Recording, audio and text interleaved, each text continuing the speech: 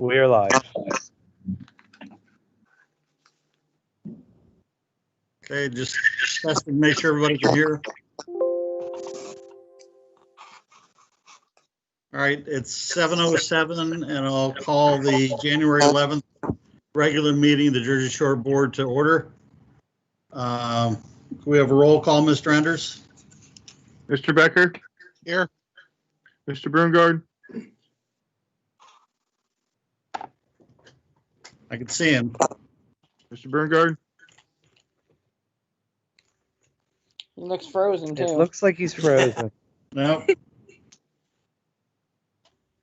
See if he'll catch up later. Miss Stobler? Here. Mrs. Grant? Here. Mr. Kinley? here. Mrs. Petrosky? Here. Mrs. Stemler? Here. Mrs. Thomas? Here. Mr. Allen? Here. Mr. Brungard, were you able to come back in?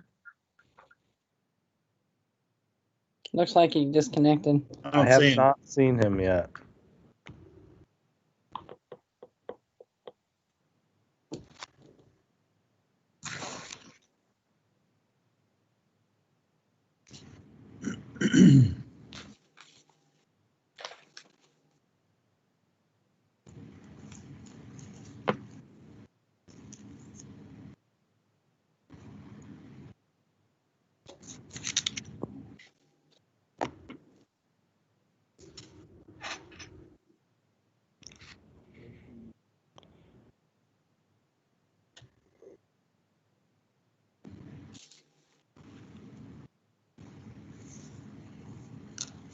He's Says back. Still trying to reload here. Looks like he's in.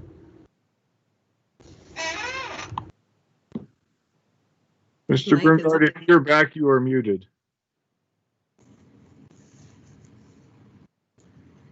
Yeah, internet just went down, so I just had it rebooted. I'm back. Okay, we got you. Okay. Thank you.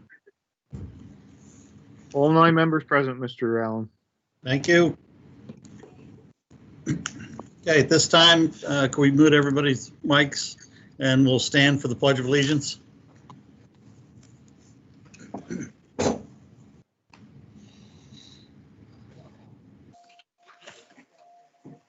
I pledge allegiance to the flag of the United States of America and to the republic for which it stands, one nation, under God, indivisible, with liberty and justice for all. Thank you, everyone.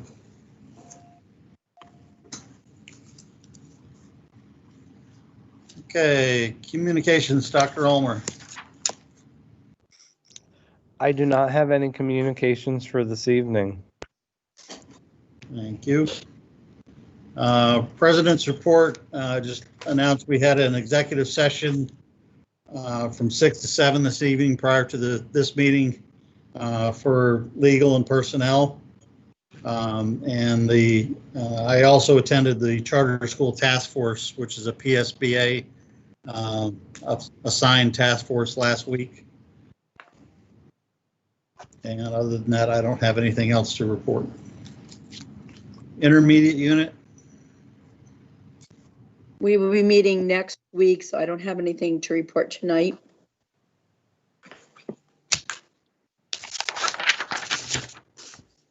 Thank you.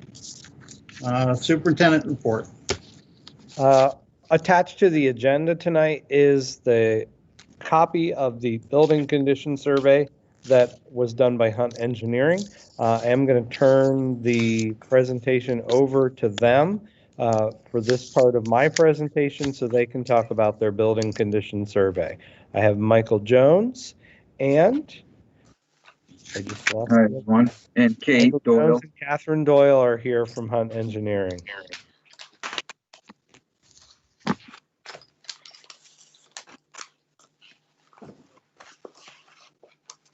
Can I share my screen now or? Yep. Okay.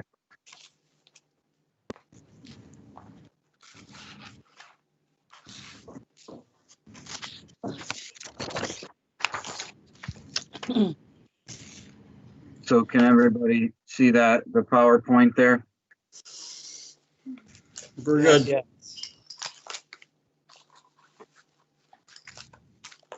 Okay, well, good evening, everybody. I'll get started here. Building condition survey, here's our agenda. I think you have a handout of this, but we'll talk about our approach and some of the steps we've taken so far, review some of the highlights of, the condition of the buildings that we found and then prioritized with the district administration. We did some cost kind of analysis in this process as well with the overall building costs and some cost per square foot, which I think are helpful to kind of figure out what the makeup and character of each building. And then obviously any questions you may have. So I think this going forward with selecting us a little bit about what our approach was, but we study the existing plans, specifications. The district administration sent us a lot of information that we went through. A lot of the roof management plans are incorporated into the report here, other maintenance items. And we did a thorough field investigation through all your buildings. We had the architectural, structural, mechanical, electrical, plumbing, technology, site, all of those disciplines were involved in technology actually to come up with the report. And as I said, we've had some good discussions with the administration to start to prioritize this information. And you can see some of the categories in there: health and safety, ADA, we look at code deficiencies and energy. Also just materials that may be outdated are in there. We call that a general building interior upgrade or a general building exterior. So you'll see that in the report as a category as well. And, using our online website, I think Dr. Ulmer has used that with Mark to prioritize some of the items, which I think is really unique and helpful, I think, for us to discuss, and then they can go back and share their priorities just through our online system, and we're able to see them. So it's good collaboration that we've had so far. A little approach and timeline here. You can see that we're at the early feedback here. I think we've gone through all of this, the data gathering, some analysis and discussions, prioritization of the data. And here we are, preliminary review of the draft by the Board of Education and some opportunity for feedback. So there is still some review and more presentations to come after this. Just wanted to let you know that. This is a kind of a shot of our dashboard online, just so you could see that, how it works. Here's some of the priorities that we input, and then here's where the owner or administration, whoever has access, can change those priorities. We're able to see it and collaborate that way. And we did do all of the district buildings here. And after a few meetings, we got down to some discussions about what the priorities are, according to the admin and the buildings and grounds group. And we came up with these being priority 1, really focusing on the main infrastructure of the building, like what the bones of the building, I guess, is what we would call this, and any problems with stormwater or drain. Some top priority health and safety items are in that priority 1, and then trying to cover all those big ticket items, mechanical, plumbing, electrical, that may be outdated or they're currently having problems with.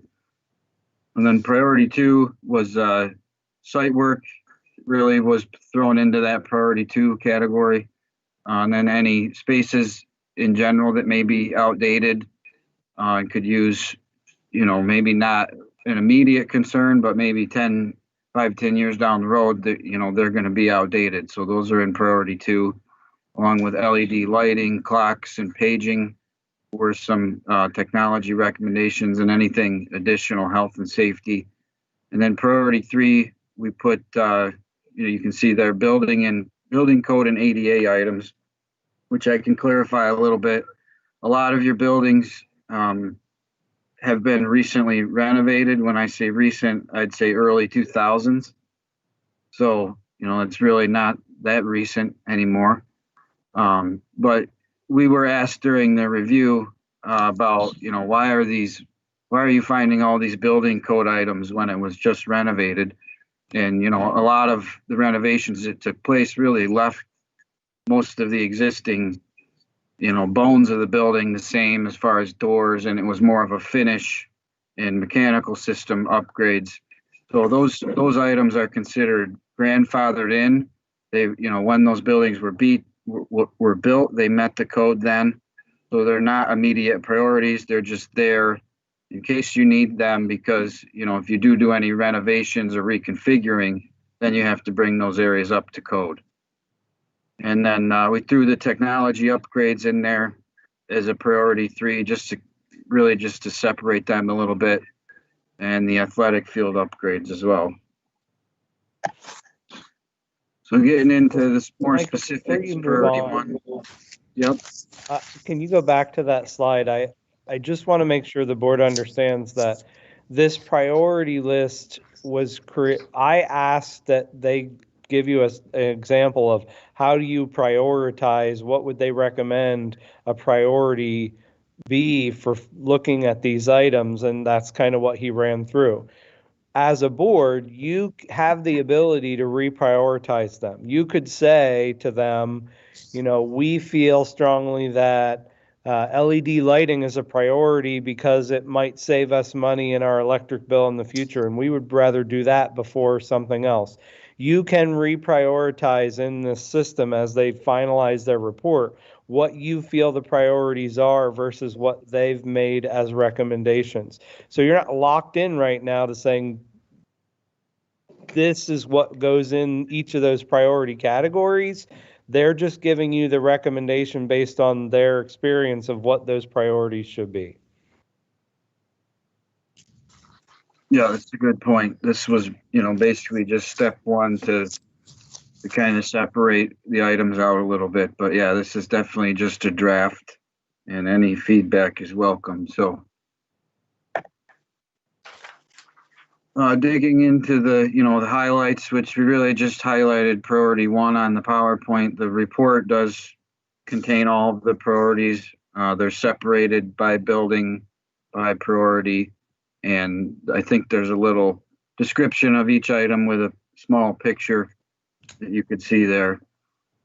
The admin building, when we talk infrastructure, really the finishes, carpet, VCT, that could all be, considered that, and then looking at the exterior of the building, definitely some restoration that would be needed there.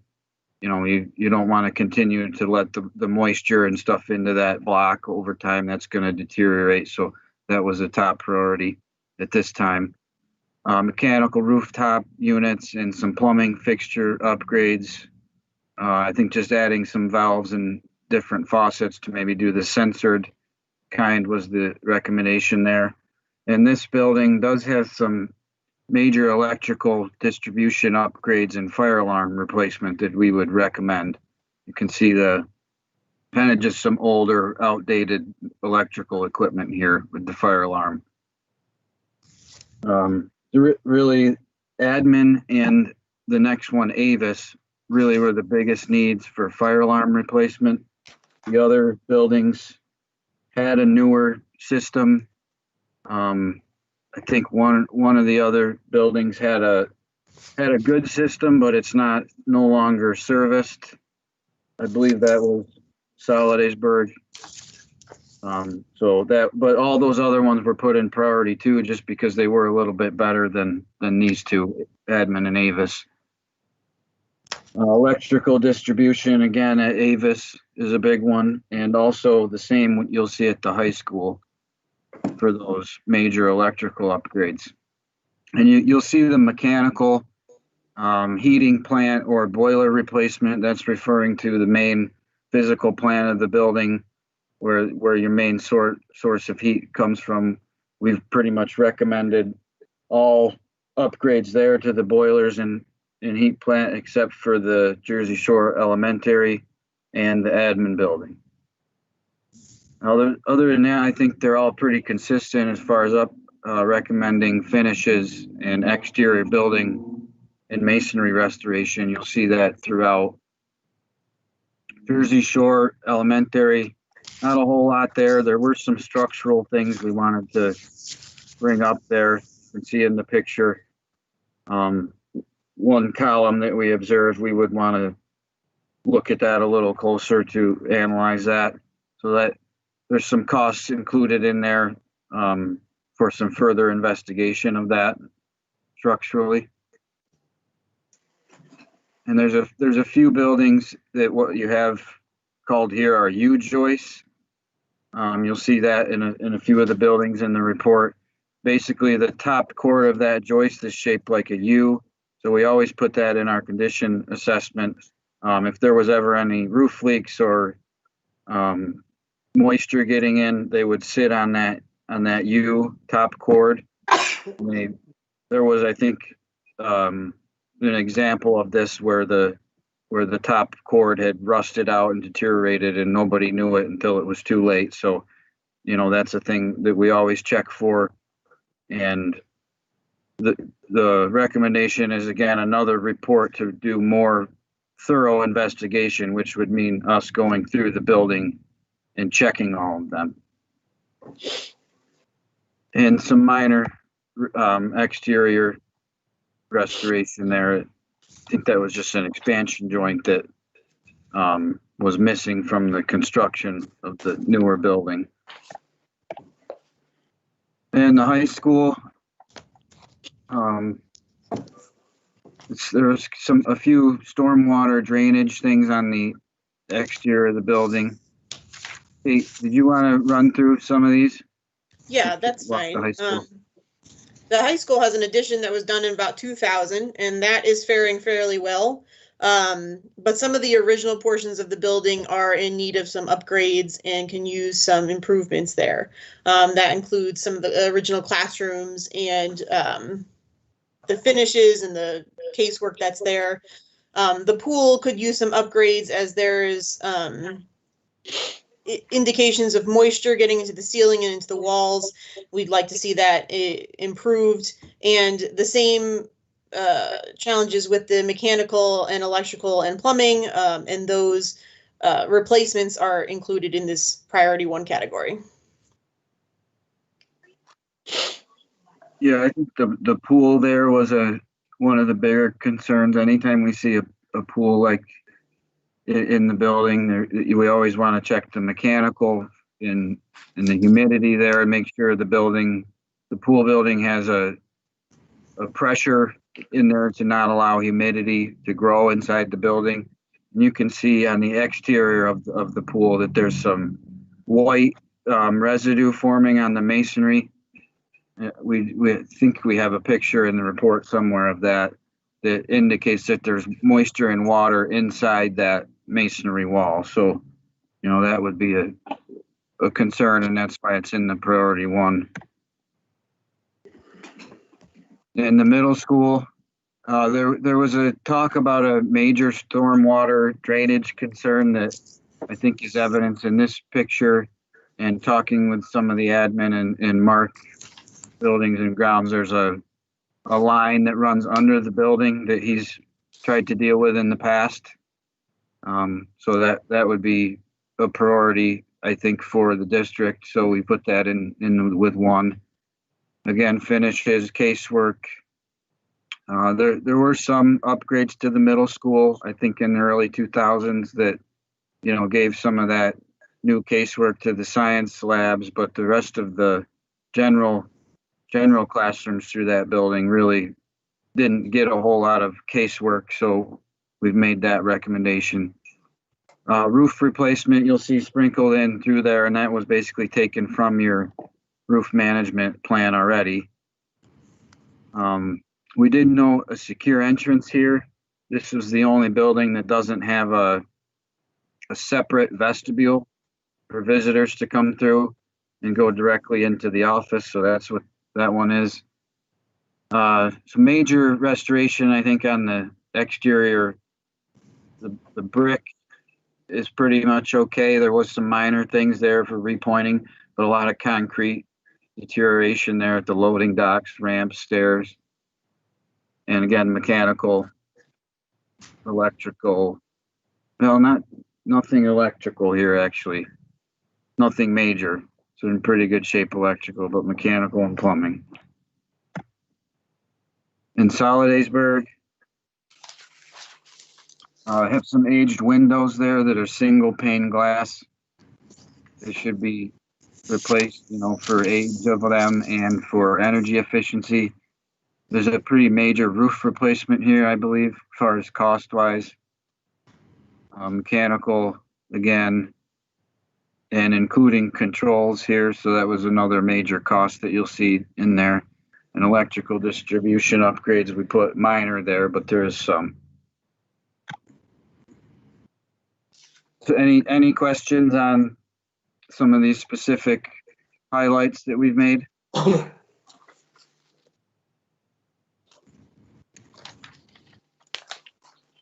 So a district-wide, summary here of the priorities. You can see this comes right from our online reporting. You can see how we tally this up. Each building has a 1 and a year 1. Basically, we have everything in year 1 except we put maintenance items into year 2 just to separate them.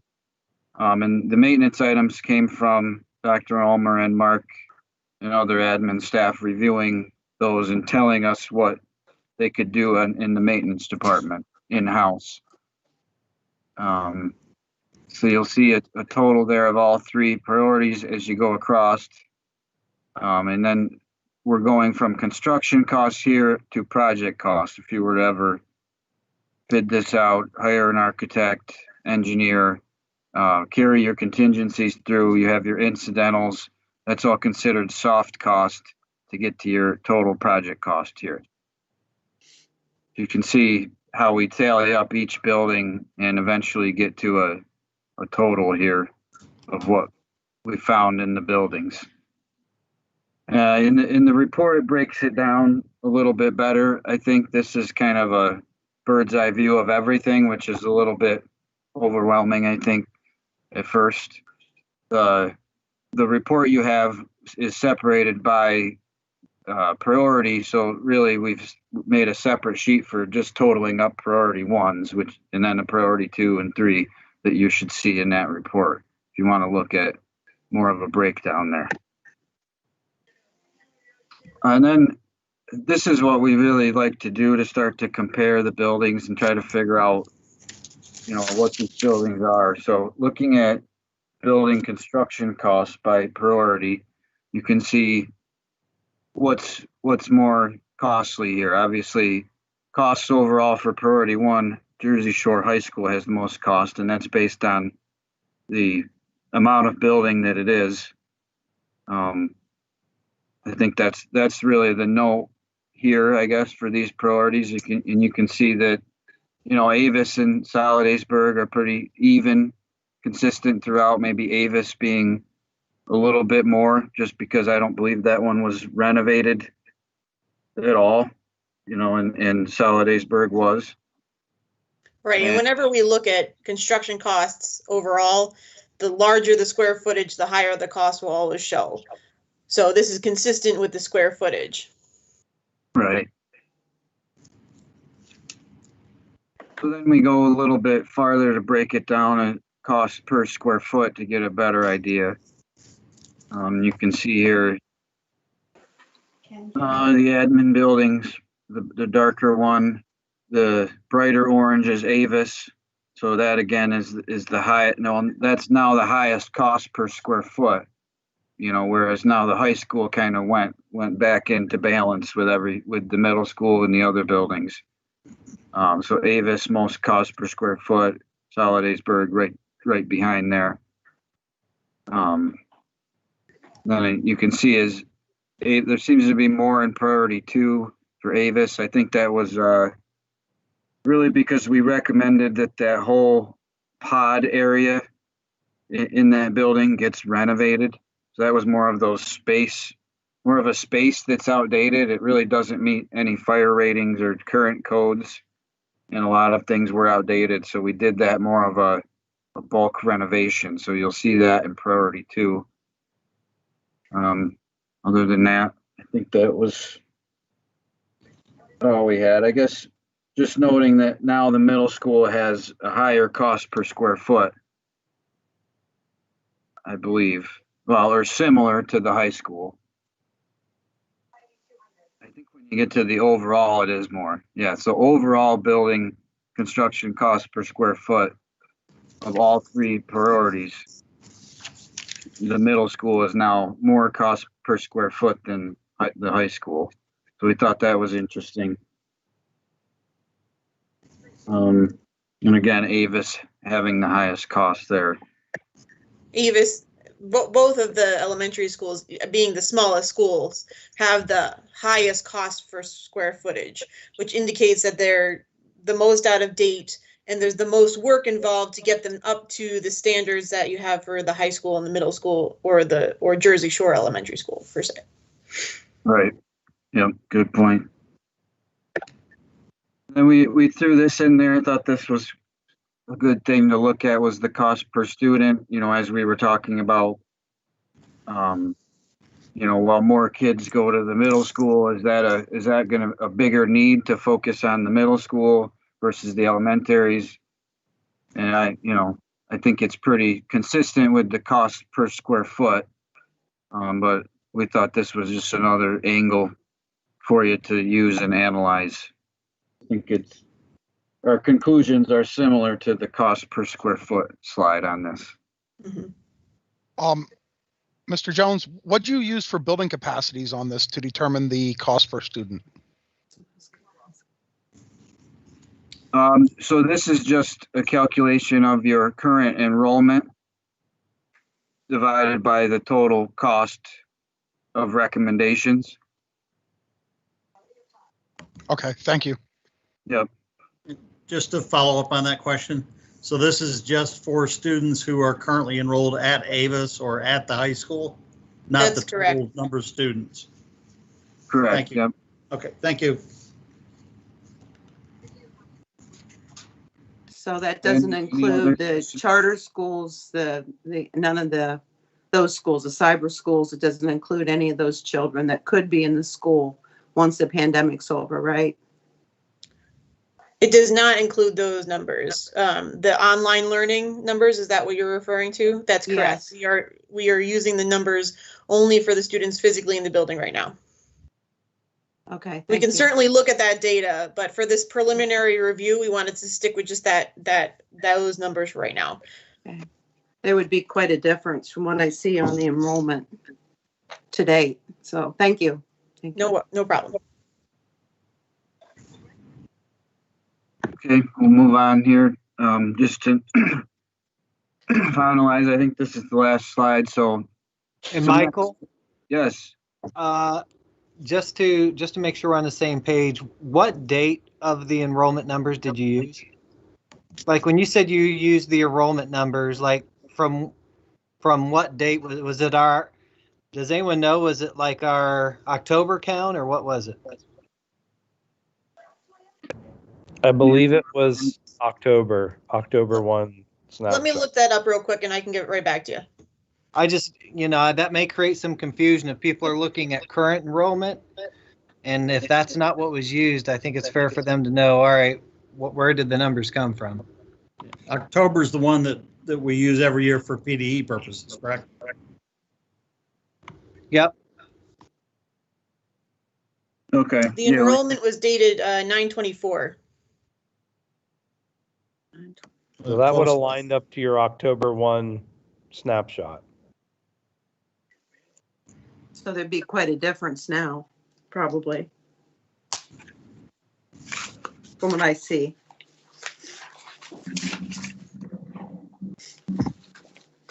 Yeah, if we want to look at a new calculation, we can certainly update this pie chart here with any changes in the enrollment that you have. So follow up with that.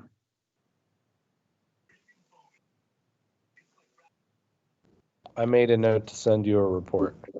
Okay, great. Yeah, even if we could take some number prior to COVID, and set a date, pick a date from anything, it would be at least a better reflection, I think, than October this year. Yeah. You could just use the October count from the previous year. That would have been before that time. Correct, yep. I'll let you guys pick the number.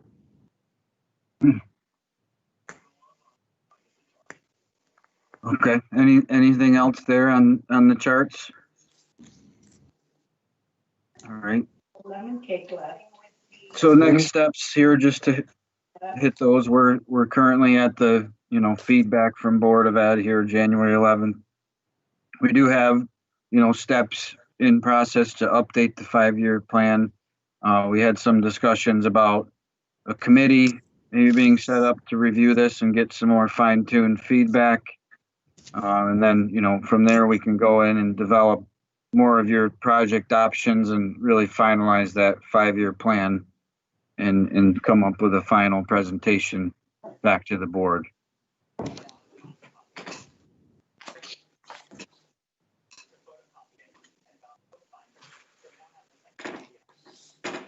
Any other final questions?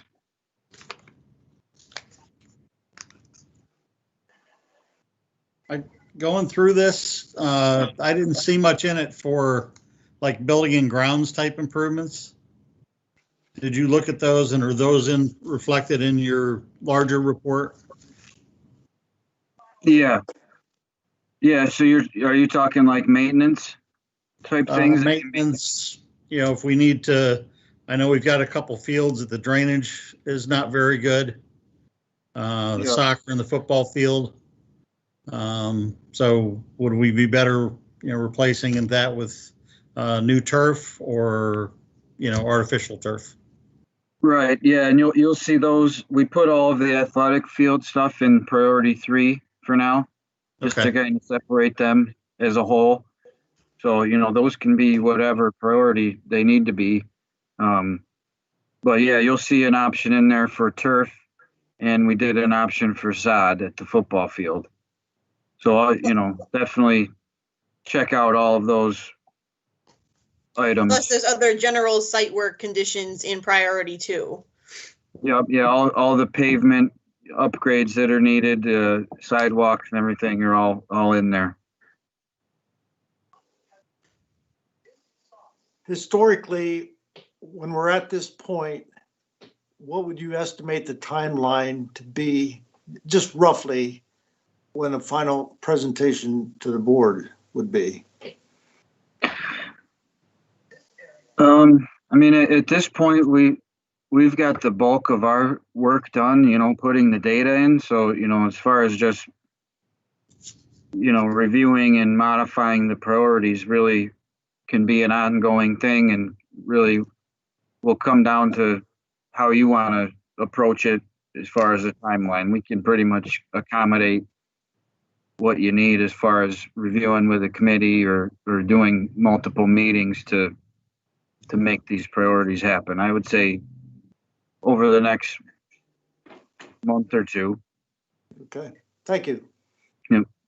I do have one additional question about most of the buildings. When you're looking at any HVAC work, were you using upgraded air filtering and things like that would reflect findings from COVID? I don't believe we have those COVID type recommendations in right now. It's more of just a replace in kind. If a unit was outdated, we marked it and put, replace this unit with a cost. But we could certainly. So what you have here is just traditional HVAC. Right. Okay. Would you like us to look at adding that? The committee may decide. I wouldn't worry about it right at this time. Okay. Mary, do you have any thoughts on that?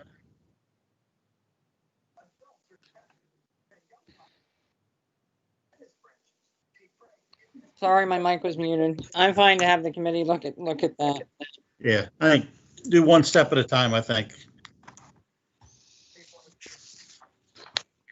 And part of what I need the board to give direction on is what they want those next steps to be. Is this something that now that you have this, obviously you have this information, you'll need time to review the complete report.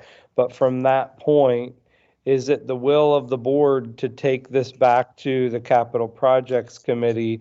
And as I said earlier, look at some of these priorities and determine how do we reprioritize what's in the report in terms of what we want to be capital projects and which order we want them done in. I can see a combination happening. I can see the committee working on some issues and looking at these, and then going back to the full board and letting the full board have a discussion. It might cut a little bit of time down, and maybe it won't. But I can see us doing a combination of both.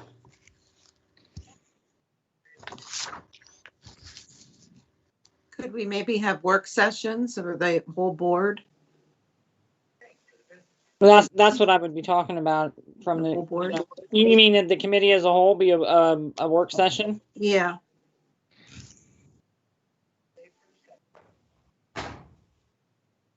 No, not possible. I honestly don't know. I haven't thought about it. I would just like to be involved in understanding everything when it comes to all this. And I just really want to be part of that. And I can't be part of that unless it's completely open to the entire board.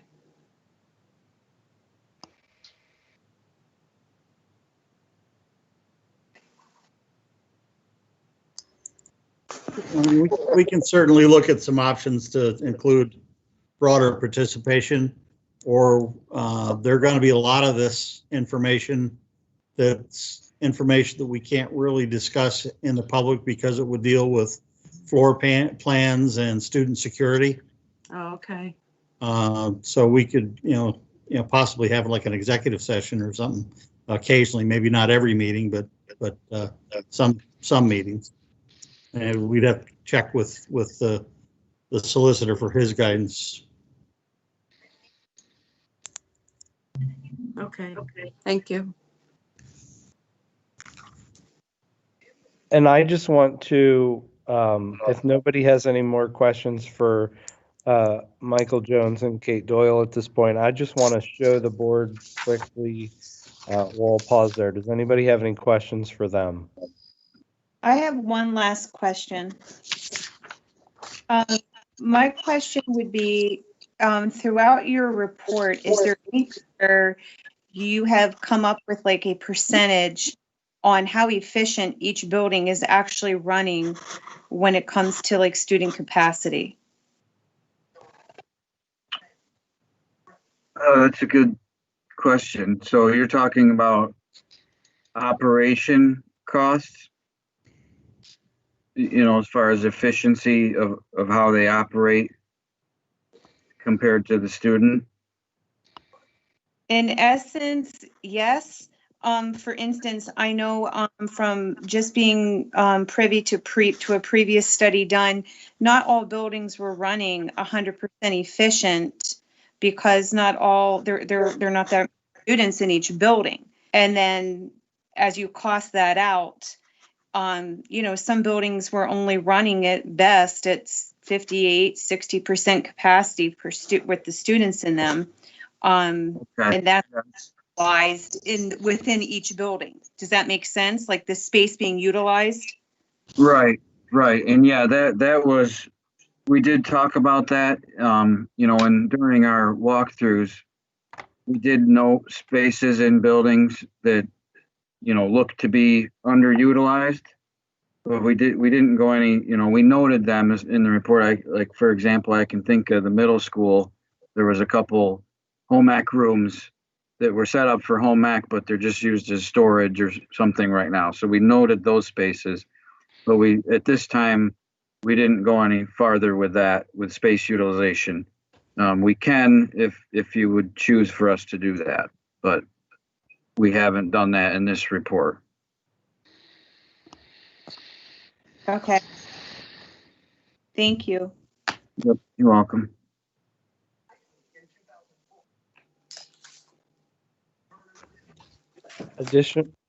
Additional questions for them. I have a question. Are you coming back with another report? I think Michelle's question was, are we utilizing these buildings to full capacity with the students that we are putting in them? Is this the only report we're going to get? Or are you coming back at a later time, maybe addressing this issue or any other issues? At this time, our services, I believe, were just for a facility condition assessment. You know, we have the ability to do that. And I know what you're getting at is, you know, from what we've noticed, there is a lack of utilization, and that is part of this as you talk about how these buildings are renovated and, you know, how many kids are in them and can you move kids around and things like that. So I know there's discussions that I think you've had in the past. So correct. I'll kind of leave that up to the district. If you wanted us to go that route, we could with another report about utilization. I was kind of expecting it in this report, but it's a board decision.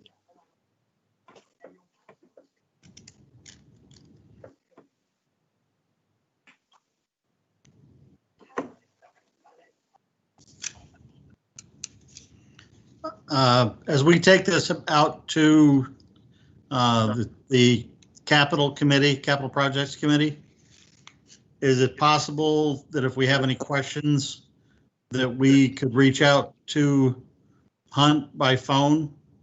Yeah, or include you in a Zoom meeting or Teams meeting? Yeah, we would definitely want to participate with you on that if we could. Yeah.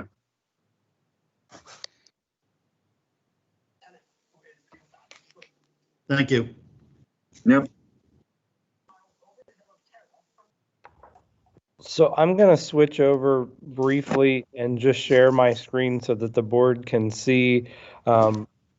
Michael talked a little bit about how this report can be adjusted and is web-based and is interactive. On the screen in front of you, you should see, and I switched this over. We have the ability to take this over as the owner and go down through the report. And this is some of the work that he talked about that Mark Wall and I did. So here's an example of something they found walking around the building and seeing this spot here indicates a leak in the gutter in the backside of the admin building. So when they noted that on the report and Mark and I saw that, we went in here and marked this as a maintenance item. So that can be then put into a maintenance ticket, can be corrected, and it's not something that's going to end up being on a project in this building later that you're going to have to bring somebody in to do. So when you see those items in the report findings that are marked as this priority M, that's because Mark and I have gone through that report and looked at each of those items and said, is that something that, one, we can do ourselves, and two, we're allowed to do ourselves because we're under the bid threshold and we're not taking away prevailing wage work if we do it. So we've done that look at the report already and moved some of those items, which is why you saw on his costing out sheet that there were items that were spec'd for a cost that we've moved into maintenance items. They're not going to be all done overnight, but they're all things that we've already gone through the report and pulled out. Those can be changed over time. Again, like you saw in the report, we can go in and reprioritize single items. We can reprioritize groups of items. We can make things maintenance or we can push them off into a later year. You have the ability as a board to make those decisions as we meet and discuss those items. You can prioritize by building. You can prioritize by category. It's all customizable to what you want the process to look like.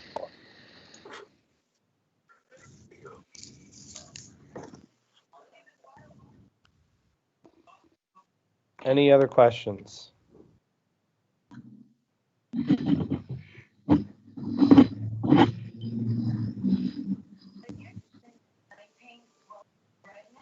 All right. Thank you, Mike and Kate, for your Yeah, time. thank you all. Have a good night. Thank you. Thank you. Thank you. I also, we're still under my report, would like to mention publicly that January is School Director Recognition Month.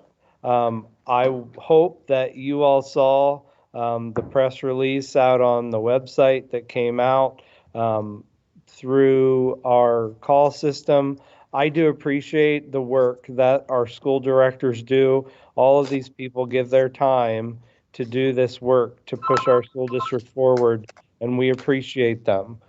I also tonight, as a board, you have copies of the staffing enrollment report. We really are starting the budget process today. I know it's only January, but here we are. We spend a majority of our funds on staffing, and it's a large chunk of our budget. And our enrollment and the kids that we have in our building are why we're all here. So the enrollment and staffing report that you all got copies of lays out where you have staff, what those staff are assigned to do, how that is distributed across the district and in each building, and then the kids that all of those people serve. I don't think you've seen anything like that before. But it really should be where we're starting our budget process, so you can see who do you have on the staff and what are they doing. And that's really your first initial look at where your budget is going to go. I do make recommendations in that report for where I want staffing levels to be for 21, 22. Again, those conversations will continue as we have budget conversations of what we can afford, where we want people to be. But I put that report in your update last week. I attached it for you to tonight's packet. Does anybody have any questions about that staffing and enrollment report? I do. Right. Go ahead. Okay. On the one paper, it has that the enrollment has increased. And then on another one, it has decreased. And at the bottom of another page, it has that with cyber charter and all the special educational enrollment, that it has gone up like 17 point something or other percent. I don't quite understand how all that works with, or what the bottom line is on where is the enrollment today. So that on the first page where you're at, you're looking at page 1 and page 2, right? Yes. So on that first page where we have the years and it says October 1st school enrollment, that is every kid who is in a building or in JSAL. So if they're coming here to school, or if they're in our own cyber program JSAL, they are counted in that October 1 number. On page 2, those out-of-district placements underneath that graph says includes, those are outside cybers, like a cyber charter. That would be Sugar Valley students, anybody that we had to send out for special ed placements, or if they're port placed somewhere, they're counted in that other chart that is on page 2. So they're still our kids. They live in Jersey Shore, but they're not coming to our building and they're not in JSAL.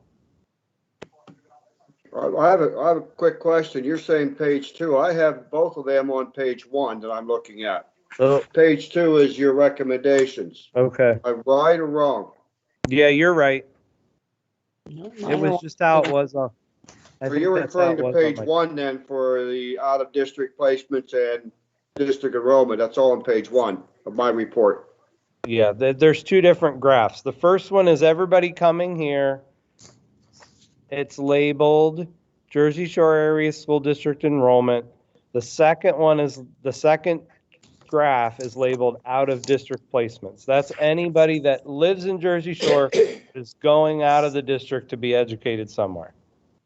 So these Those were all children all tracking. could come back to Jersey Shore, the 17.8% at some point, or partial, a majority of them, once we get things back to normal. If they, some of them, if they chose to, others could be a program we don't have, like the special ed or students might be a program we don't have, or the court place might be someone who isn't allowed to come here. Dr. Ulmer, just for clarity's sake, the 17.8% is the percent increase from the previous year, not the percentage of actual students. Correct. Because the actual number of students who increased was 30. Correct. Okay. And these would be the cybers, the charters, and any private schools primarily. So from last year to this year, all of those kids, that number went up 30. Whether it was to Sugar Valley, to a cyber charter, to a hospital program, or to a special ed class in another district.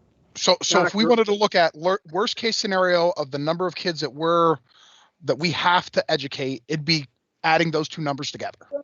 If everyone came back, that's what our magic number It would be 2,327 kids.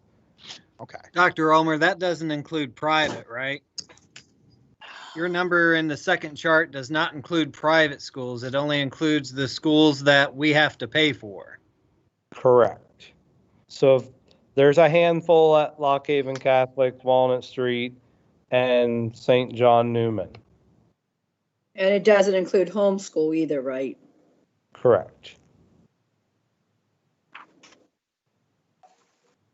Well, I had some questions about like the staff recommendations that you have on there for 21, 22. Like the online learning facilitator, like where are we at with maybe having our own in-house cyber, like our own online learning, not through JSAL, like, or is that something we are looking into? You mean not through the IU? Correct. That is something that is, the language for that would have to be agreed upon with the association, and it's part of contract negotiations. So it's something we feel we can do, but we have to come to an agreement on how that is handled. This position would be the person that would oversee, would not oversee, but coordinate all of that. Right now, that is assigned to your guidance counselors at the middle school and high school and Mrs. Barry Probst at the elementary school. So those 1, 2, 3, 4, 5 people, in addition to what they also do, are trying to handle those 200 kids. So if we would hire an online learning facilitator in the future, if we did have our own in-house, that person could still be utilized with that. Yeah. And then the number 2 on there, the high school, middle school, family consumer science teacher, are we, where you said supported by chapter 4, are we thinking about bringing that back, the consumer science? So I have had this conversation with your solicitor. That is a required offering in the high school, and you're supposed to have that at least once in middle school. You are not doing that at Jersey Shore. That's a concern that I have, that I've talked to the solicitor about. That's why you see it in there as a recommendation from me. I believe that's a program that we should have in place. Well, and I agree with you 100%, but if it is required, why do we not have it now? I can't answer that question. That's before his time. It is required by school code. Well, that's what I thought you meant by the chapter 4, that it was required, so that's why I asked that, but. Okay, that's all I have. Dr. Armour, I have a question on, and this, again, this is my own personal opinion, but health occupation instructor number 1 there, you're saving retirement, I guess, and then you turn around and spending the money for it. This, you know, as far as I'm concerned, I could probably name 10, 15 people over here in the valley that are PAs, nurses, instructors of health and stuff like that, and they did not get it. Probably got it word of mouth or through a relative or somebody was in that field. I personally do not see any need for a position like this. I don't know how you could come up with a curriculum for a 7-8 period day to teach us. I mean, I just can't see it when you're going to save a reduction and then turn around and spend it on something like this. I think the extra courses that we have a lot of courses there, and I just can't see it. I'm sorry, I'm against number 1 totally. Through dual enrollment, I work with 5 or 6 different vocational or comprehensive high schools, and we are the only one that does not have a health assisting health careers offering. And my worry would be that if like one of our students wanted to get that and it's offered at our neighboring competitors, we could be forced to pay tuition for them to go there. That's state law. So like if a high school kid wanted to take that, they're able to take it, whether we offer it or not. But that's true about anything, David. Well, no, they can't do that for manufacturing or welding or construction or any of those. There's more than just healthcare besides the CTE that we offer. There's more than just that. So let's be upfront about the whole thing. Right. But they'd have to have somewhere else in our attendance area that offered it, which would be our county. That's true about any CTE area that's out there that we don't offer. It's not just that. As long as it's offered in our attendance area. Which means our county for CTE Jive. And again, I don't know whether it's state mandate or not, but I mean, these kids are finding a way into the nursing and PA fields and all this without taking courses. They have in the past, and there's a lot of them that are doing well. And I know that one of the football players on this year's seniors, I know he's going into the nursing field too when the minute he graduates. So that's just my opinion. I just don't see a need for it. I thought that was one of the things that we were lacking here at Jersey Shore, and that there are a lot of students that do want to maybe go into that field and we don't have it. I think it would be beneficial actually to our students. I think there are a lot of students that would like to get involved in that program and take those courses. In my opinion, I know of several myself. And I think this is moving into health careers is something that's in high demand for local employers. Yeah. And that's really where our CTE program should be focused, is on local employer needs. It is supported by your local workforce development data and also survey results from students who would be interested in being in that program. Now, what exactly would this instructor do? Would he or she set up the programs and try to get certification from the state or whatever? I don't know. It would be set up like your other CTE pathways, that kids would be in that program for multiple years. They would take a state prescribed course list that would give them the tasks that they have to have in order to take and pass their NOCTI exam in that field. And then they would have the competencies needed to qualify for, like you heard Mr. Becker say, in that state approved program, they automatically as a completer qualify for post high school credits. If you guys remember from the previous last few years, that when Mr. Keene has made presentations regarding CTE. He has said for quite a few years now that the health field is the only high need occupation in our area that we don't really have a program for. Right. And what careers exactly are we looking at to put into that healthcare? Because if a person who wants to be a doctor is not going through that. Because there's too many other sciences and things that they have to get. They're not going to go through that. They won't be able to go what they need to do. So what are the careers that we're looking at to be a ground floor for? Not just healthcare. I want something more detailed. Well, I would think LPN. I would think health coding, Medical secretarial, medical secretary. physician's assistant, groundwork for that, maybe.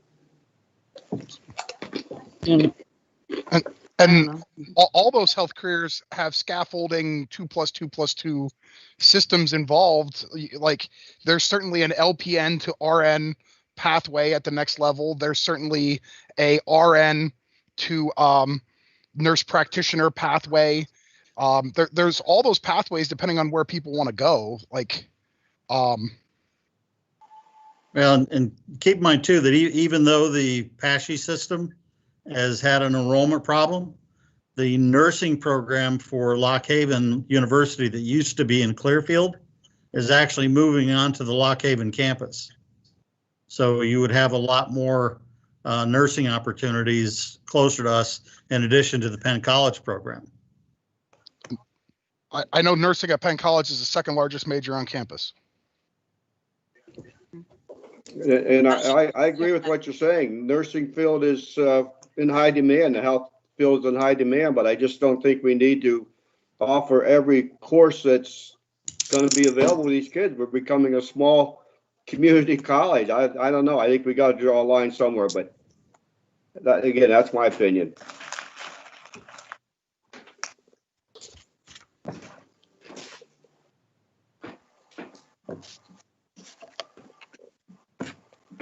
Robert, I hate to put you on the spot. Any insight from the student perspective? You know, I think our students, I think they can all agree when we would say that we're happy for every opportunity we can get. We love having these CTE programs because even if we aren't interested in, you know, post-secondary education, we're happy for the opportunity to get some kind of education so that we can go into the workforce if we're not interested in college. There are so many students who I have talked to who are interested in going into a healthcare type of field. Not only is it in high demand, it's a high in popularity, I would say, too. Students are interested. It's healthcare. And personally, from people I've talked to and things like that, I think a program like that would be very valuable to the students. And I think any opportunity to receive additional education would never be a mistake.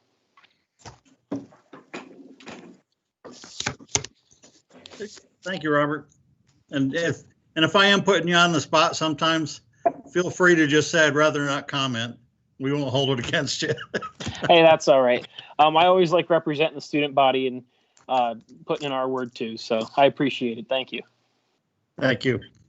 My situation is that I'm talking about is not extra education. I was educational all my life. I don't have a problem with extra education.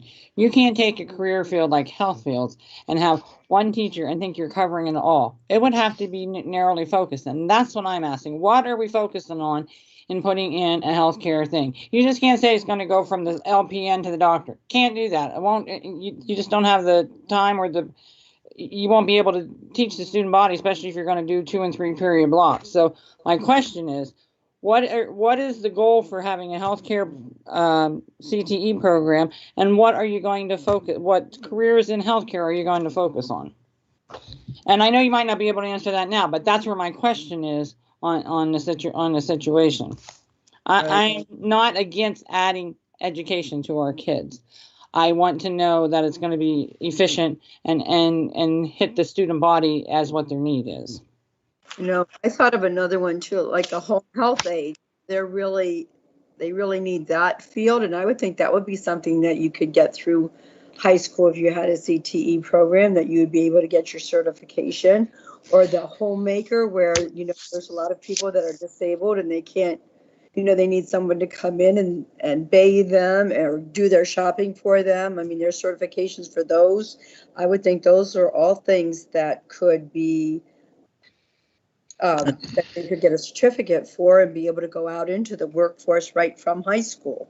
And Nancy, I'm not questioning that. I'm just saying that's what I need to know to to give my approval to a program like this. What are we focusing on? We can't focus on the whole thing unless you're going to 3 and 4. So that's my question. It's not that I'm fighting that I say no or yes or in between. I want to know what we're focusing on for our children. Right. We'd have to do some research on that to see what all we would be able to offer, because you're right. We can't offer like 10 different things. So I know that Mr. Keene has presented similar information to you before. So what I will do is because again, this is the beginning of the conversation. So I will have him come and present that information to the board. But my initial reaction is that curriculum is very prescribed by the state. In order to sit for that NOCTI exam, the task list is very well prescribed and identified of what you have to learn to be able to take that test. And that's what qualifies you to get the credits at the end. So it is very clear. Well, we just need to bring it back and put it in front of you. And from being very clear, it still has a focus. There's a focus on that. It's not the whole gamut. Correct. Other questions on that report? On the looking at the online facilitator, are we looking at a teacher certified person? Okay? It would be right now. You do have professional staff members who are coordinating that program. This would be consolidating that into one person who would be able to. That would be their job. Okay. I have a question on that too. Is this person going to be hired before we bring kids back to know that the kids that we're bringing back are more or less going to cover the cost of this person? Or are we going to wait till we bring kids back and see how many we're actually bringing back to see what the money we're saving by bringing these kids back to our school?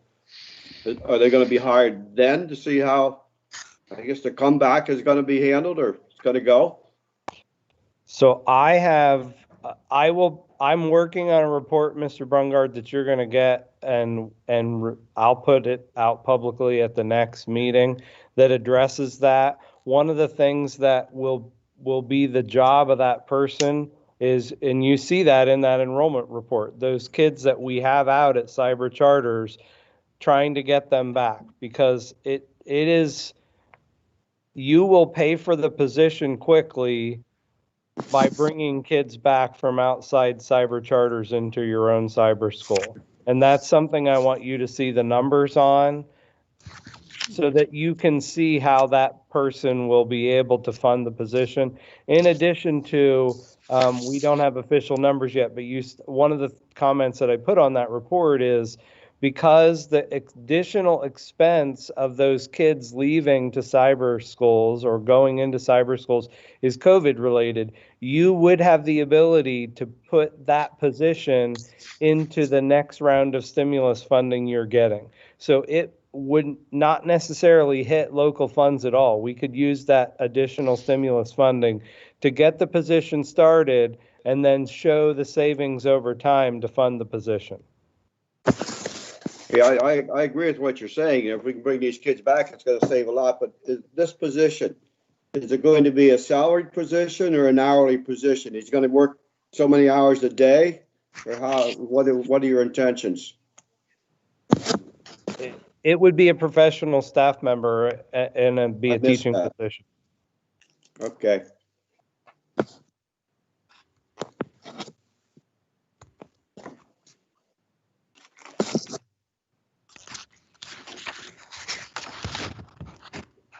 Other questions? A question for the online facilitator. I mean, obviously, or at least I'm thinking this is obvious, this person that's filling this position is not actually going to be answering children's questions concerning any kind of schoolwork or of that nature. That's what the teachers are for. So what exactly will this person be doing in essence? Handling parents' questions or handling issues that they're not being able to connect? What is it that this position actually entails? What are their job descriptions, so to speak? So they have to do all of so when a student wants to go to JSAL, someone has to meet with them, make sure that they are enrolled in all the correct courses, enter them into the system, give them an orientation, and then weekly track their progress, do report card grades, put them into the system. And like you said, if they are having an issue, that's the person they call. Right now, that's all being handled by building guidance counselors and Mrs. Probst at elementary. So all those steps have been added to someone's job description. So I'm assuming that right now the guidance counselors and Mrs. Barry Probst are probably feeling very overwhelmed. And you feel that this is a need to help facilitate an overload of job work on these few people that are taking this amount of students on. Okay. Just another question, Dr. Brunger or Dr. Elmer. Would this person be some kind of a recruiter role to bring students that we've lost back to the district? So they'd be our first line of contact in recovering those students that we've lost. Yes. And then maintaining the students to retain those later on when you have a student that is talking about going to a cyber program or a brick and mortar charter or something like that. The tactic is always if a student, when you have a person like that on your staff, if a teacher or a guidance counselor hears a kid talking about going to cyber school, you want that person to reach out to that kid and that family and say, let's talk about JSAL so that we don't lose any more kids than we already lose. How long is the orientation typically? If you wanted if I wanted my child to do JSAL, how many minutes and hours does that take to walk a parent through that system? It depends on, it's person specific, but what we've encouraged is try to do them like in groups so that everybody's getting the same information at one time, but it may take an hour to walk through. Here's how, if you think about it, you're trying to teach someone how to do school online who may have never done that before. And right now, if they can't get them in groups, that's taking up a lot of staff time away from other things to walk a kid and a parent through here's our online program. So regardless of whether we're buying it from the IU or we're going to do it ourselves, it's still that orientation is still going to need to happen. Agreed. And I totally understand. I have a statement and a question actually from past, even on this board past, and even when before I retired, a long-term goal for this district was always to have our JSAL basically in-house, where our teachers did it. So if that's still a goal, will this person play a role in that? Yes. And so regardless of whether it's IU or us, somebody's going to have to orient the parents, work through the requirements, track those kids. With our teachers teaching the courses, it's a little bit easier to track that side of it because they're sitting on a caseload of one of our teachers. But still, someone has to do all the paperwork, be the contact with the parents, make sure that the kids' attendance is getting tracked. The grades are going to be tracked by the internal teacher teaching the course, but someone still has to watch attendance, report things to report cards, do the orientations. The need for someone to coordinate all of that doesn't go away if we take it over. Is that a position you had prior at the school you were at? So you totally understand what this is. I will say there were multiple, and you see that in my report. So I was the administrator. It wasn't my full-time job, but I did have a full-time teacher who was the person who was, I mean, if a parent had a concern, they called me first, or they called the teacher first. Both of us worked together. But you also see one of the requests is to add a support staff member to that person, because there's a lot of paperwork to that, whether it's in physically putting the kid in the system, physically entering the grades into MMS. It's right now we have pushed some of that work onto our current secretaries who are entering grades into report cards or trying to pull that information out of one system into another. Those kinds of things don't go away no matter who's providing the courseware, and we've added all those tasks onto existing staff. Thank you.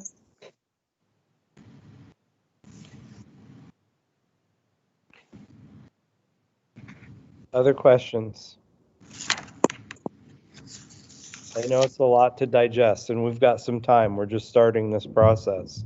But I'd made some notes about additional information that you would like to see, and I will get all those to you. I do have also under my report additional policies. Those 5 policies, these are just PSBA recommended updates. Most of them are past legal changes that we're catching up to. Does anybody have any questions about those policies?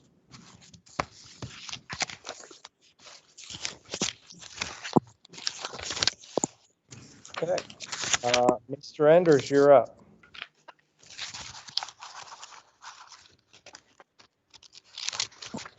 I have one more question. I'm sorry. That's I missed okay. one on my list. What does elementary reduction mean? So looking at your historic enrollment, like K to 1, 1 to 2, 2 to 3, Okay. there are Yeah. places as kids move every year that you have displaced teachers. So there are, I believe, if I looked at that, 2 places that you could consider next year, those displaced positions, if you can, natural attrition, use those positions, not eliminate a teacher, but use those positions to put them into some of those other needed areas. Okay. All right. Thank you.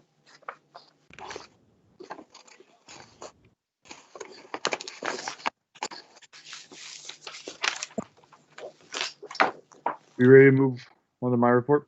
Go ahead. So I have, as Dr. Elmer stated, the first presentation of the budget this evening.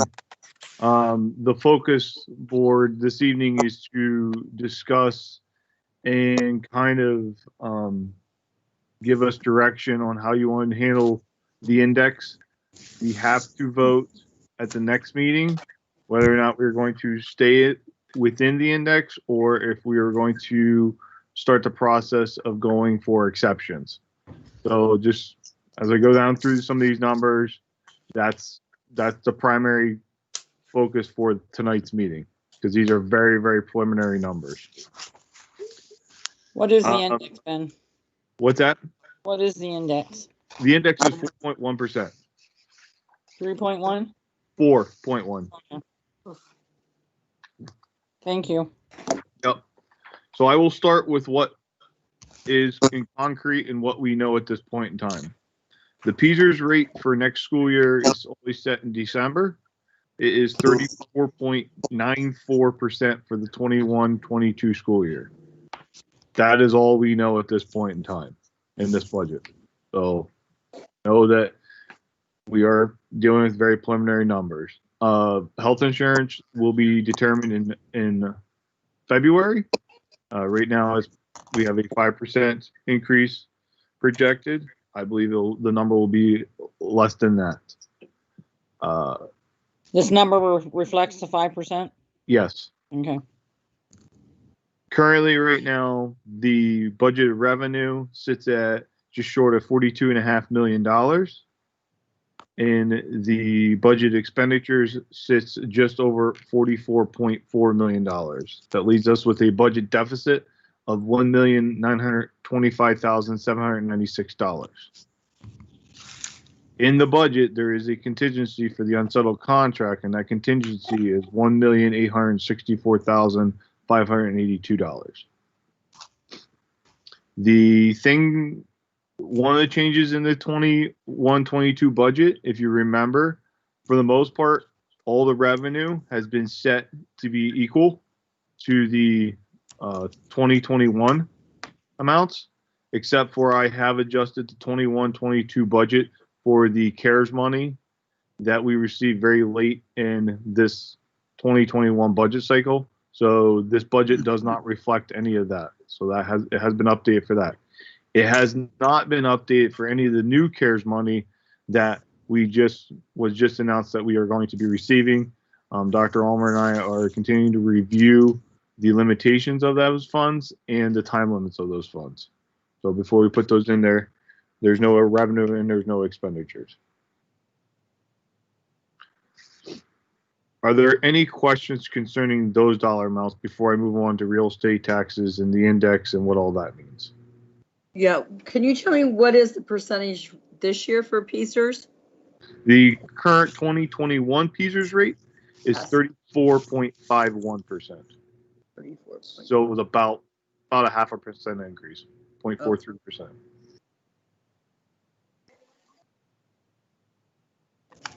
That rate increase each year is not expected to peak until 3 or 4 years from now. Is that correct? Well, something interesting happened this year when they released the rate, and I wanted to give you an update on how I will be moving forward for presenting you the budget. Our traditional packet of information on a week-to-week basis would be I give you the cover sheet that's attached to the agenda this evening. I would give you a reconciliation from the prior presentation to the current presentation, and then I would give you a 5-year projection. I talked to Dr. Ulmer with the unsettled contract being the main reason, and the fact that when I got the PSERS rates this year, they were not releasing future projections until June. Kind of made me wonder why that is, and I'm concerned that they're potentially looking at some market volatility here in the spring. So there's no future projected rates in the PSERS rate when it was certified this year.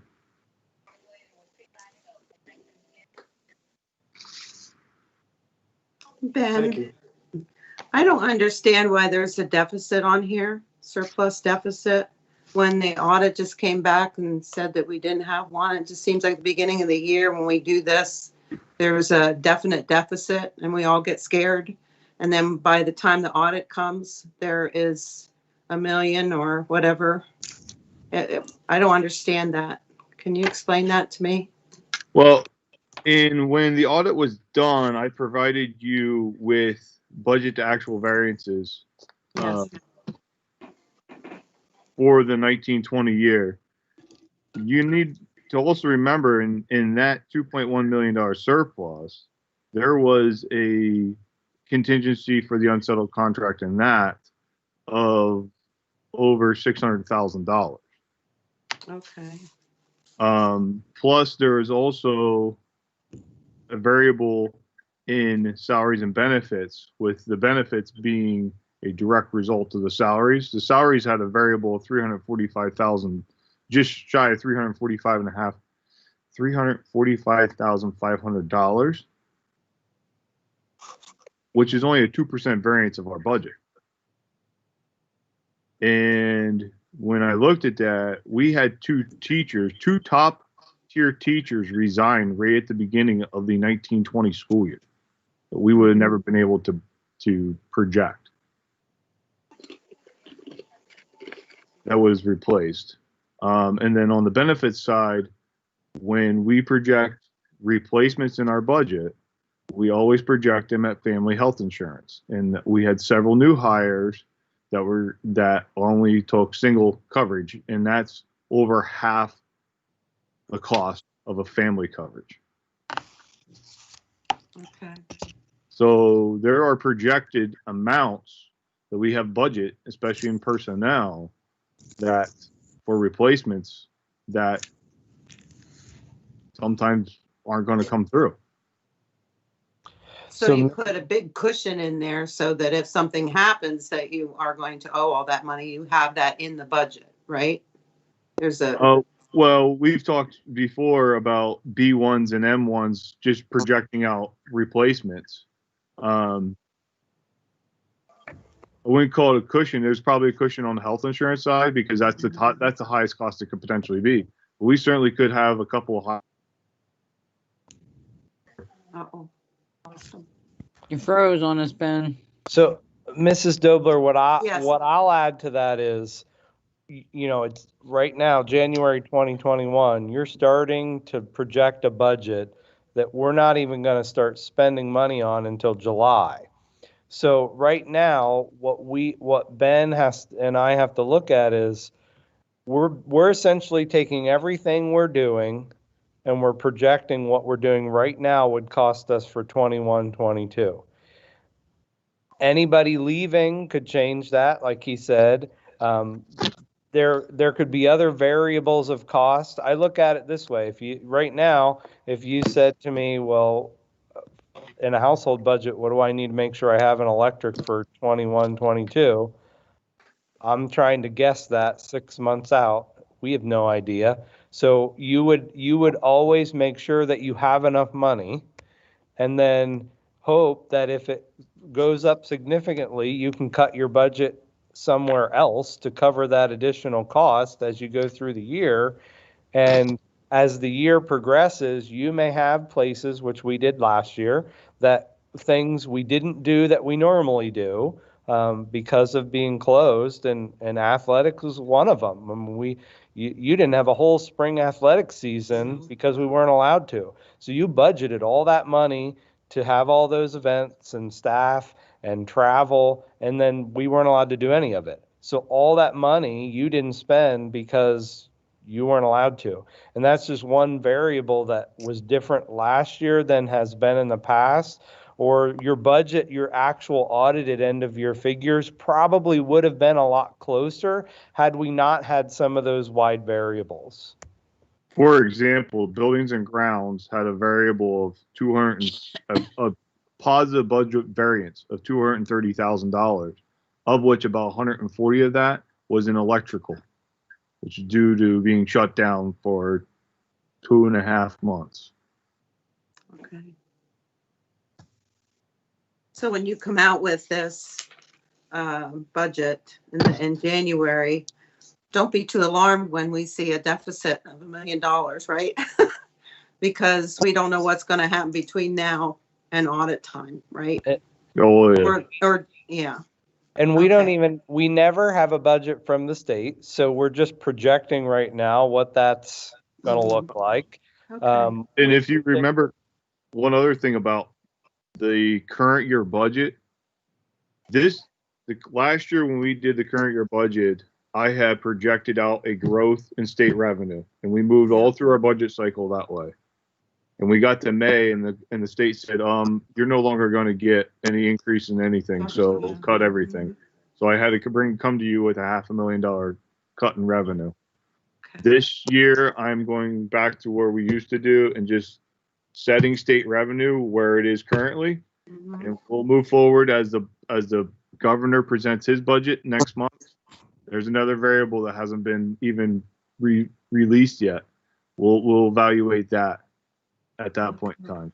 Thank you for taking the time to explain all of that. No problem.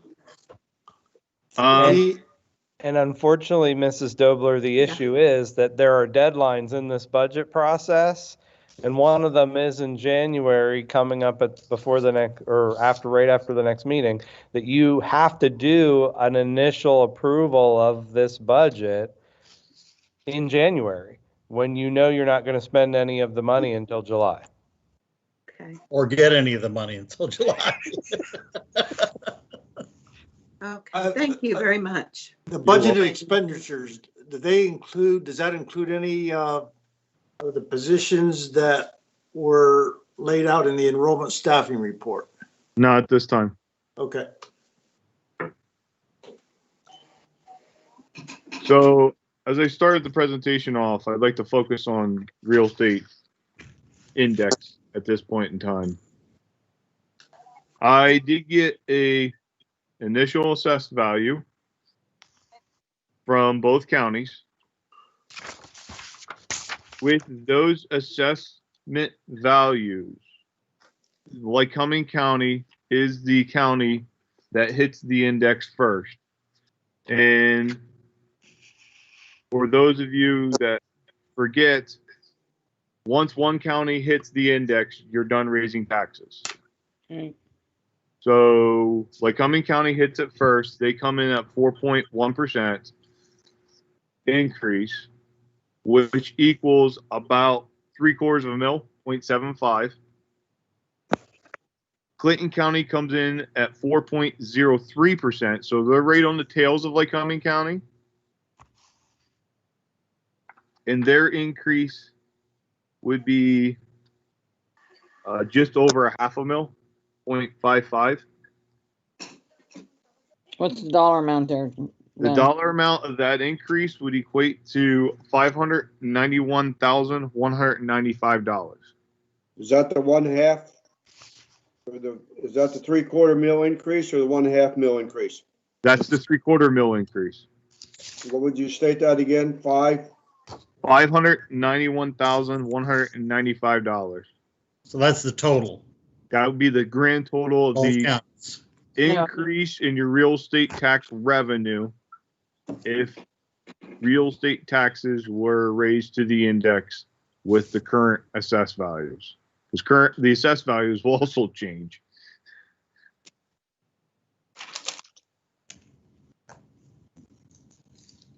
That's what's raising taxes to the index or not any increase? That would be if we raise taxes to the index today. So that total together would be what? Using both counties, what's the complete? $591,195. Okay.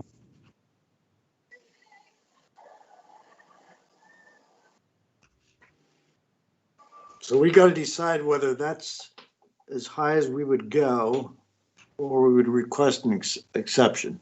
That's correct. And at this point in time, I will tell you, Dr. Allman and I discussed this, and we are recommending to the board that you stay within the index and do not seek exceptions. I agree. Yeah, me too. Can I ask, is there anyone that has any questions about raising real estate taxes or would like to proceed with going after exceptions? Raising real estate taxes with exceptions and going after exceptions. In other words, if we stay within this index of 4.1, that does not mean that we have to raise them to 4.1%. We can have a no tax increase, or we can go anywhere from there up to 4.1%. That was the last piece of my presentation, was to make it very clear next meeting we are not voting to raise real estate taxes. That will happen in May. When you'll make that decision. You're only voting to cap how much you could raise real estate taxes. That's the first step in the budget process, is you have to certify you either aren't going above the index or you need to, and then we have to apply for exceptions. We're recommending you say we're not going to, we don't need exceptions. I agree with that. We have to vote on that next meeting, right? Yes. Right. I'm not hearing anybody that would like to go above the index, Mr. Enders. We will proceed with creating the resolution and the resolution to stay within the index, and that resolution will be on the next meeting. Mm-hmm. Okay. Thank you all.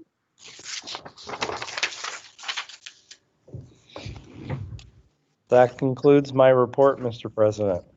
Okay, thank you. All right. And And that brings us to courtesy of the floor. If we could open up the phones, and Dr. Ulmer, if you could announce the phone number.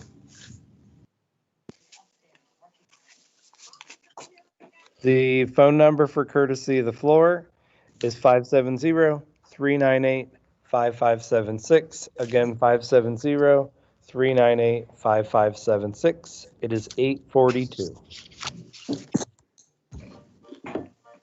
It is also posted on the live stream for the public.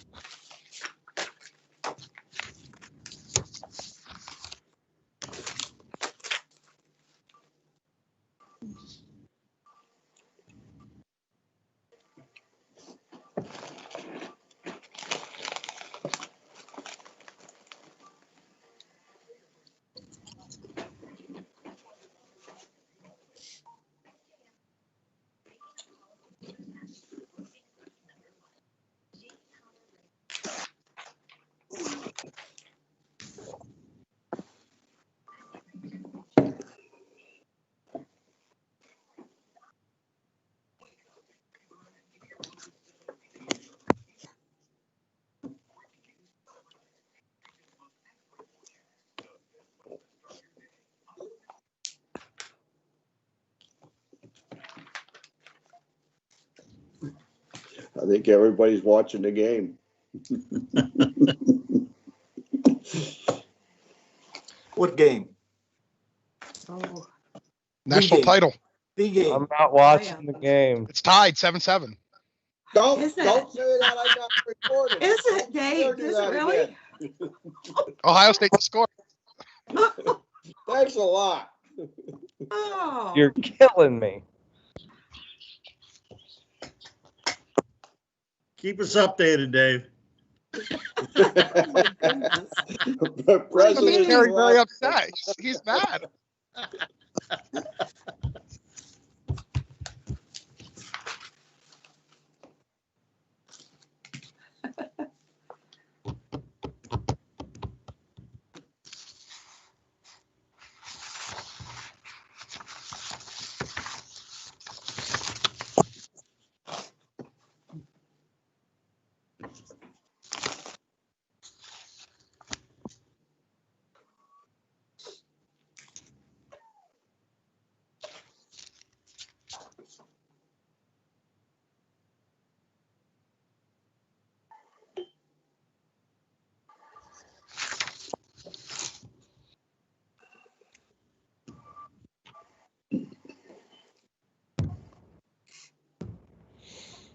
As always, I'll accept the motion from the floor to close courtesy at your discretion.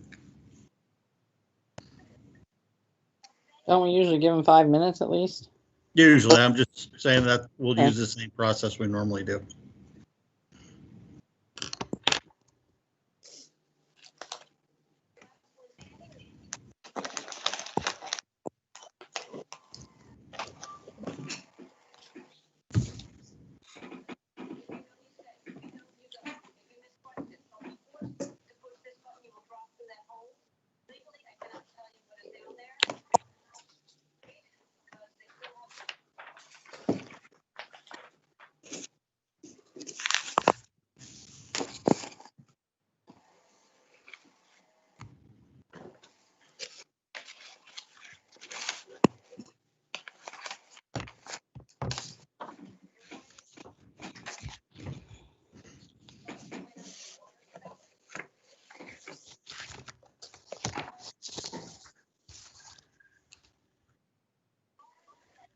Harry, is there any chance you watched the Alabama Ole Miss game at the beginning of the season? It was 48-46 or something up and down the field. That's what this game's going to be like. Yeah, just so the right person wins. Which I'm It's not gonna be mentioning. one of those, whoever has the ball last wins, right? Yeah, it's gonna be. Yeah. No, it has to be one in the last 2 minutes, so you stay up and watch all the commercials through the whole thing. That is correct. If it's a good game. At least it won't be like last night, Mr. Becker. Oh, Oh, don't even bring that up, Dr. Oh. Ulmer. That is That hurts my heart. That was terrible. I gave up and went to bed. I did not. I stayed up and tortured myself. I'm going to recommend courtesy the floor be closed. I'll second that. Okay, that was at 8:47.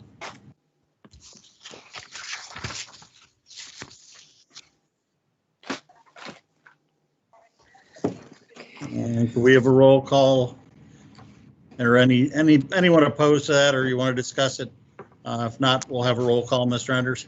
Mr. Becker, Yes. Mr. Brungard, Yes. Ms. Stobler, Yes. Mrs. Grant, Yes. Mr. Kinley, Yes. Mrs. Petrowski, Yes. Mrs. Stemler, Yes. Mrs. Thomas, Yes. Mr. Allen, Yes. 9-0.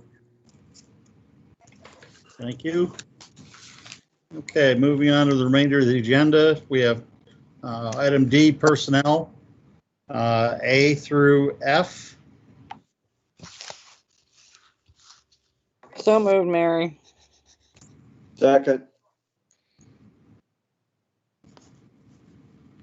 Any discussion or questions? I have a question on E. What is the game staff for athletic department? That's not a ticket taker? Is that in control of all the games, or what is that? That they're hired as game staff, Mr. Brungard, and they can be assigned by the athletic director to any of those jobs at a game. Like clock or scoring or anything like that? Correct. Okay.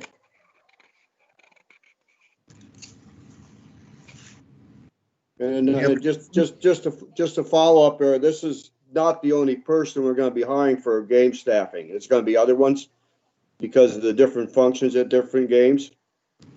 Yeah, I think this is an additional for this school year. Most of them would already have been approved to start back in the fall, and we're adding this to this department. All right, makes sense. Thank you.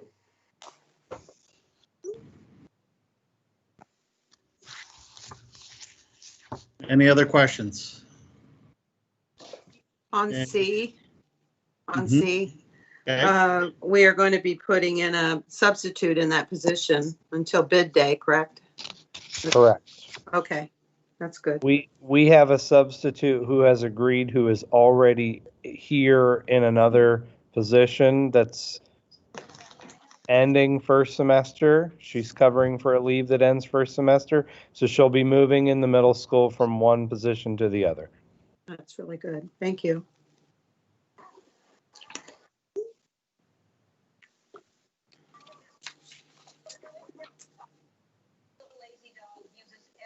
Any other questions?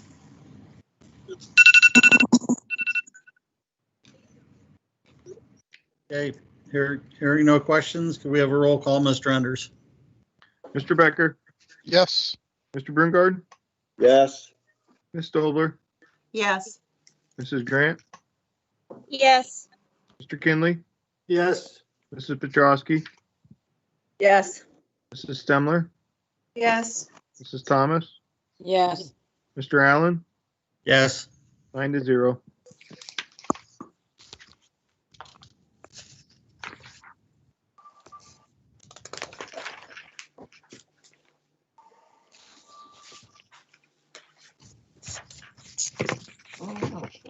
Okay, next item is finance. We have A through E in finance. We have a motion. So moved, Mary. Thank you. Second, Wayne. Thank you, Mr. Finley. Any questions or concerns regarding any of the A through E items? I have a question on B. In other words, Okay. you're going with a 1-year plan? I'm sorry. Which, in other words, you're going with the 1% for a year extension. Is that what I'm reading that as? Yes, that'd be the 1-year extension. At 1%. Yes. That would be the floor. Right. In other words, the index up above doesn't matter what the T-bill is at or anything like that. It's going to be simply 1%. It's not in consideration of anything else. It will be in consideration of the T-bill rate. The floor, the lowest it potentially could be, is 1%. No less than 1%. No less than 1%. Okay. All right. Good. If the 13-week T-bill is above 1%, we will get that rate. Okay, that was my question. I didn't know it was in relation to the part above there or not. All right, that's good. Thank you. Yep. Dr. Umar, I have a question. Can you please remind me what E is?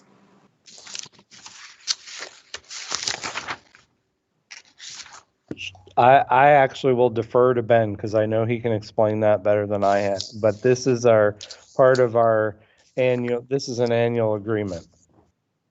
Part of the notes to the financial statements, there's a valuation of our, it's called your OPEB, your other post-employment benefit package, and it needs to be actuarially determined, and that's what this agreement does, is the actuarial service agreement to determine that as part of your year-end audit process.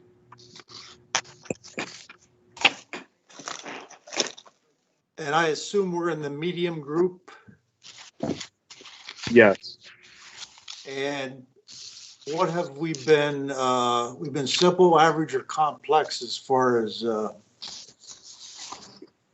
believe it's simple. Simple? Yes, I believe so. Okay.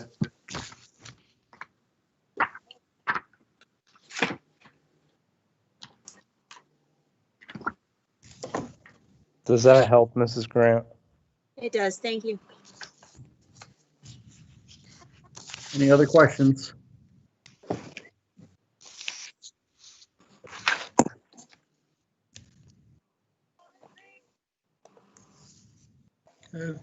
Hearing no further questions, could we have a roll call, Mr. Enders? Yeah, as soon as I get my piece of paper. Mr. Becker. Yes. Mr. Berngard. Yes. Ms. Dobler. Yes. Yes. Mrs. Grant. Yes. Mr. Kinley. Yes. Mrs. Petrosky. Yes. Mrs. Stemler. Yes. Mrs. Thomas. Yes. Mr. Allen. Yes. 9-0. Thank you. Moving on to miscellaneous. We have A through E. So moved, Mary. Second, Harry. Before you go any further, Mr. Allen, I would ask that we pull letter C. I found a typo on that earlier today, and I want you to wait and approve a corrected version at the next meeting, rather than try to approve it now and approve it again. Very good. We'll pull item C. Discretion of the chair.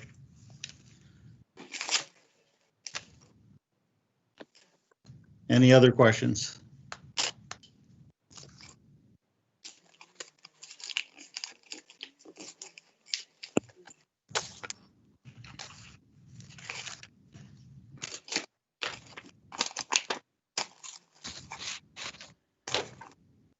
Okay, hearing no further questions. Mr. Enders, could we do a roll call, please? Mr. Becker. Yes. Mr. Berngard. Yes. Ms. Dobler. Yes. Mrs. Grant. Yes. Mr. Kinley. Yes. Mrs. Petrosky. Yes. Mrs. Stemler. Yes. Mrs. Thomas. Yes. Mr. Allen. Yes. 9-0.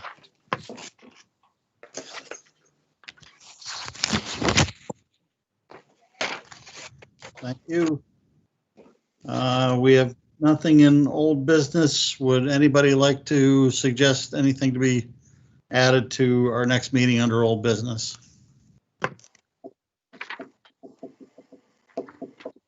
Okay. As we've done since we've gone to the virtual meetings, we've accepted courtesy of the floor for all topics in the first one, so there'll be no secondary courtesy of the floor.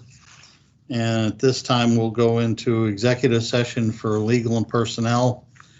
And when we resume, there'll be no further business conducted.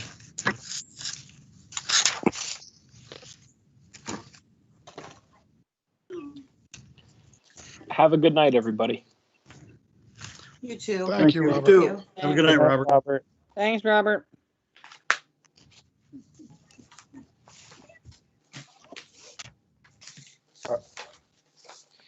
Looks like we're all done.